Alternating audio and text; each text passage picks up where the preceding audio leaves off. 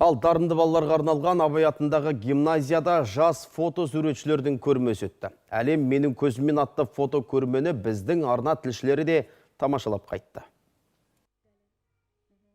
Айзере Уахид 4-ші сынып оқушысы фотосурет өнерімен бір жылдай шұғылданып келеді. Алғашқысында өзінің жеке Instagram парақшасына фотосуреттерді жүктеген, кейін мектеп қабырғасында кәсіби техниканы пайдалана отырып, ұстаздардан сабақ алып, өзінің сүйікті ісін жалғастырған. Бүгінде Айзеренің жеке жинағында 30-дан аса фотосурет бар. Сурет бұл сұлулық.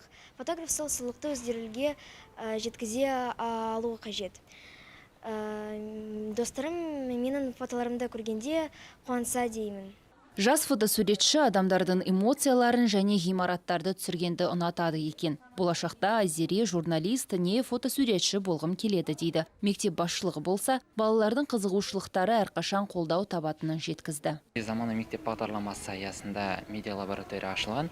Сол медиа лабораторияда біздің оқушыларымыз жұмыс жасайды. Бір жыл бойы қазір жұмыс жасап келді. Сол әр оқушымен біз жеке жұмыс жасаймыз. Абай гимназиясында 600-ден аса оқушы білім алады. Бұл шараның мақсаты шығармашылық жастың еңбегін құрдастарына көрсетіп қолдау таныту. Фотокөрме 1-6 маусым аралығында өтеді. Мөлдір Бультекова, Юрий Белевский, ертіс ақпарат.